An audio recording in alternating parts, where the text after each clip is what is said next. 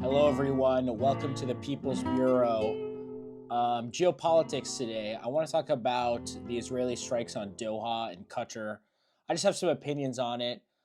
Um, First and foremost, this is not going to have a huge impact in the grand scheme of things. You're going to see a lot of Arab states throw a fit. Saudi, UAE, Qatar, of course, are all going to, decry this as a huge escalation, and it is an escalation to be fair. But in the grand scheme of the geopolitics of the region, this will probably be a speed bump rather than anything substantial. However, it does, I think, pose a key threat to U.S. Israel relations. Qatar is a more and more is becoming more and more of a strategic American ally in the region. They serve a very unique purpose. Being a Shia country, they can mediate, and they have this kind of peace mediation role in the region. That's why the Hamas leadership is there. And so Israel struck a residential compound, with precision airstrikes that apparently didn't even kill the lead negotiator. Hamas has said that a bunch of Hamas people did die, but the lead negotiator did not die. It's not really important who it killed. It's more of why they did it. And the U.S. they said that the U.S. wasn't aware of the strikes. Likely this is a ploy by Netanyahu to kind of throw a wrench into the peace negotiations. I think there was news that Qatar was confident that there was going to be some kind of breakthrough in the peace negotiations a couple weeks ago. So I think that this really is a U.S.-Israel issue. Obviously, it's a change in escalation. There's no doubt that this is kind of if you think about it, kind of a crazy thing for Israel to do. Like, yes, America has targeted terrorists in foreign countries. Pakistan is a good example of one. However, I don't really know how to defend it. Other than the fact that usually it's because there's a cooperating, like the host country isn't cooperating with the international community and harboring the terrorists. This is a little bit different. The Hamas, it's a peace delegation and a negotiation, an active negotiation between combatants, I would characterize as. And usually peace envoys and negotiations, people in charge of doing the negotiation aren't targeted. I think the Israeli claim is that the Hamas was stalling the negotiation. There was no way they were going to agree on the terms. I think basically the terms for Israel was that Hamas can't have arms, like they have to give up all their arms, and Hamas didn't want to do that because they wanted to regain control of Gaza once the IDF left. And so that was kind of the big stumbling block, I think, between the two people. I don't think the hard line in Israel doesn't want a peace. They want to ethnically cleanse Gaza. They want the territory. They want the West Bank. And this is just another instance of Israel kind of acting out. I wouldn't say this is a desperate act. I would say this is a belligerent act.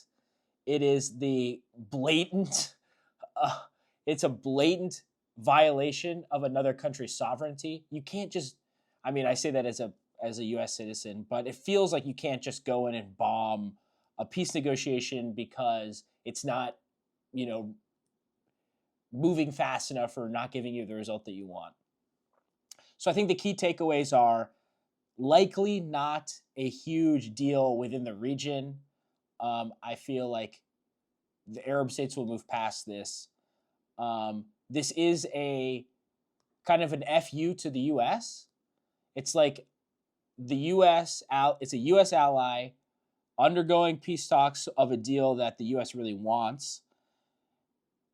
The U.S. was not informed of it, and it kind of threw a wrench in the peace negotiation. It's basically Israel throwing the middle finger to the U.S. a little bit. saying that we're going to act. Well, they always do that, like that's classic Israel. Apparently, they didn't give the U.S. a heads up on the Hezbollah pager attack either. This is apparently an MO of Israel to basically, right before the strike happened, say, we're taking this action, be ready. And the U.S. knew about this minutes before from their military capabilities in the region. The U.S. does have a large base in Qatar. So kind of my takeaway of this is that it's another act of aggression by Israel in kind of a belligerent way. They really want to shape the region as the hegemon of the region. They want to be able to strike targets that they feel that they have the moral or political obligation to strike, no matter where they are. And they're basically saying to the U.S., we don't care that they're your ally. We're going to strike, and we're going to do what we feel is best. And I think the U.S. needs to monitor the situation. My perspective on Israel has changed a lot in the last 2 years. It has gotten I've been increasingly fed up with Israeli military action in the region and kind of their belligerent stance. The hardliners in the government are acting very aggressively in pursuit of their geopolitical goals, which is likely some kind of greater Israel project. So we'll see how this plays out. I think that this is not a good thing for the U.S.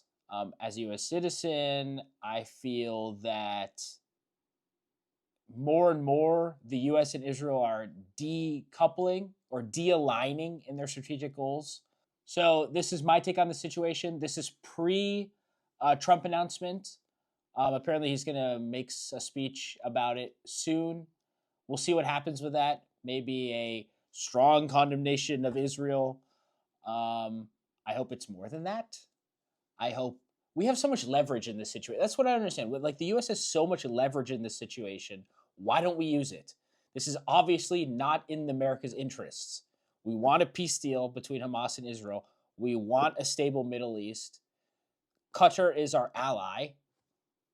It's kind of weird with that region. We don't have to get into the geopolitics of that region, but Qatar is ostensibly our ally, and we can't just have our two allies bombing each other because Netanyahu doesn't like how the peace talks are going.